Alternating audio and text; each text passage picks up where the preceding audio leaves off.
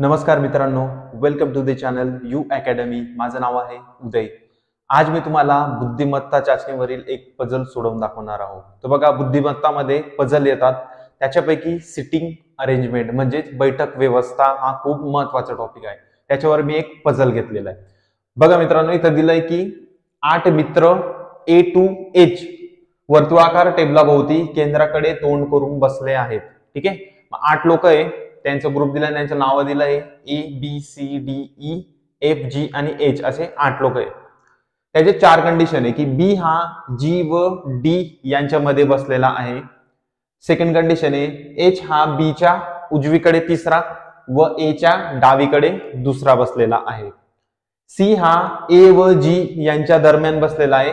आणि शेवटची कंडिशन आहे की B व E समोरासमोर नाहीत. आता बघा, 8 मित्र बसले वर्तुळाकार टेबल, म्हणजे टेबलाचा आकार कसा आहे, वर्तुळाकार आहे, गोलाकार आहे. आणि याच्या आजूबाजूला बसले इथं, ठीक आहे, असे बसलेले आहेत. हे 8 लोक आहे, पण त्यांच्या सगळ्यांचं तोंड कुठे आहे, एकदम सेंटरला डायरेक्ट. म्हणजे जेव्हा हा व्यक्ती केंद्राकडे बघेल तर हा इकडे बघेल, म्हणजे दोघं एकमेकांच्या समोर. म्हणजे असे 8 लोकांचा ग्रुप आहे, तर ते सगळे एकमेकांच्या समोर असतील. ठीक आहे, मग त्याचे कंडिशन दिले की ते कसे बसलेले आहेत. आता बघा, इथं मी काय करणार आहे की आधी कंडिशन बनवून घेऊ. मग इथं पहिली कंडिशन दिली की बी हा G व D यांच्यामध्ये बसलेला आहे. मग आता मी इथं कंडिशन लिहितो. बघा, आधी बी लिहू की बीचं सांगितलेलं आहे त्यांनी, बी हा बसलेला आहे.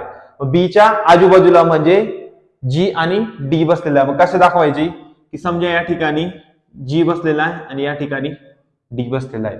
पण त्यांनी सांगितलं नाही की उजव्या साईडला कोण बसलंय, डाव्या साईडला कोण बसलं. मग समजा बी जर या साईडला G आणि या साईडला D आलेला आहे, तर मग हा D इकडे पण असू शकतो आणि हा G इकडे पण असू शकतो. ठीक आहे, म्हणजे 2 कंडिशन दाखवता याच्यामध्ये, एक कंडिशन मध्ये 2 कंडिशन. ही झाली पहिली. आता दोघी चेक करून घेऊ आपण, जसं बसेल तसं. आता बघा, सेकंड कंडिशन दिली की H हा B च्या उजवीकडे तिसरा आलेला आहे. आता मी B काढतो परत, हा इथं B काढला.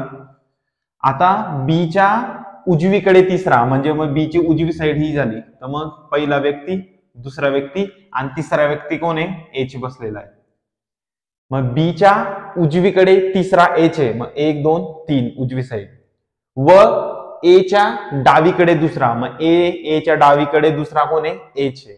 ठीक आहे, मग मी इथं A काढला, याच्यामध्ये एक व्यक्ती दिला, मग ही काय झाली, डावी साईड.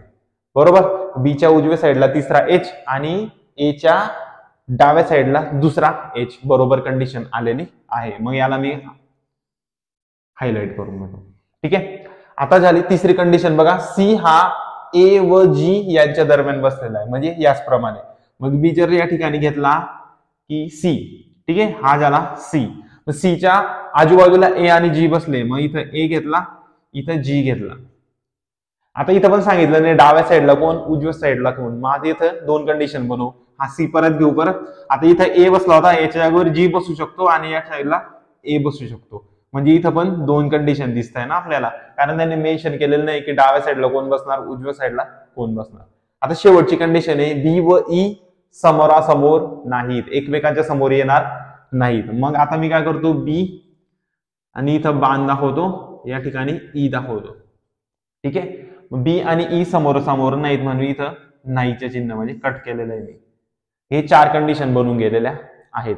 आता बघा, वर्तुळाकार टेबल काढायची गरज नाही, फक्त काय करायचं, एक छोटासा गोल काढायचा आणि इथं 4 रेषा द्यायच्या, अशा 1 2 3 आणि इथं 4. मग आता हे काय आहेत, 8 लोक बसलेले आणि सगळ्यांचे तोंड कुठे, वर्तुळाकडे, वर्तुळाकडे. ठीक आहे, हे असं काढायचं. आता बघा, मग इथं काय करायचं, सर्वात मोठी कंडिशन ज्याच्यामध्ये सगळ्यात जास्त लोक कव्हर होत असतील, तर मग ही कंडिशन बघा. इथं किती दिलेले, 1 2 3 4 5 6 लोक कव्हर होत आहेत. आता आपण काय करू, इथं B घेऊन टाकू. सुरुवातीला B आहे ना, मी इथं B लिहितो. बघा, B हा झाला B. आता B आहे, B च्या उजव्या साईडला तिसऱ्या नंबरवर H आहे, म्हणजे मग B च्या मध्ये 2 व्यक्ती सोडायचे उजव्या साईडला आणि H लिहायचा. आता B जर केंद्राकडे बघतोय तर त्याची ही उजवी साईड आणि ही डावी साईड. मग उजव्या साईडला 1 2 3 1 2 3, मग इथं एच येणार, इथं येणार एच, कारण उजवी साईड आहे आणि 2 जागा रिक्त आहे. आता एच ची परत ए कडनं कंडिशन चेक करू की ए कडनं काय आहे, तो डावीकडून दुसरा आलेला आहे. म्हणजे मग एक सोडून इथं जर मी ए घेतला तर ए ची ही उजवी साईड येते. मग इथं जर मी ए घेतला तर ए ची डावी साईड बरोबर येते. बघा हा केंद्राकडे बघतोय तर इकडे डावी साईड आणि इकडे उजवी साईड, मग 1 आणि 2 दुसऱ्या नंबरवर बरोबर आलाय. म्हणजे ही कंडिशन आपली झालेली आहे. आता या तिघांची संबंधित काय अल्फाबेट आहे ते बघा.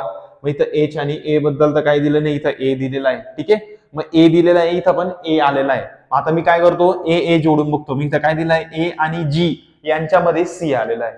मग इथं ए कुठे आहे, या ठिकाणी. मग ए आणि जी शोधायच्या, ए व जी च्या मध्ये सी आलेला आहे. म्हणजे मग इकडे जर गेलो मी ए आणि जी तर इथं घेता येणार नाही, कारण ए आणि जी च्या मध्ये सी आला असता. मग इथं एच आहे. मग काय करतो, ए आणि जी, इथं बघा ए आणि जी हा देऊ शकतो मी, ए आणि जी, आणि त्यांच्यामध्ये सी आलेला आहे. म्हणजे हा सी, म्हणजे हे बरोबर बसलेलं आहे. आता ए आणि जी च्या मध्ये सी आलेला आहे, म्हणजे ही कंडिशन पण कंप्लीट झाली. आता यांच्याशी संबंधित अजून काय दिसतं आपल्याला, इथं बी दिसतोय, बी च्या समोर ई, तरी पण इथं 2 जागा रिक्त राहतात. मग ही कंडिशन बघू. इथं बी आलेला आहे, बी च्या आजूबाजूला जी आणि डी लिहायचं आहे.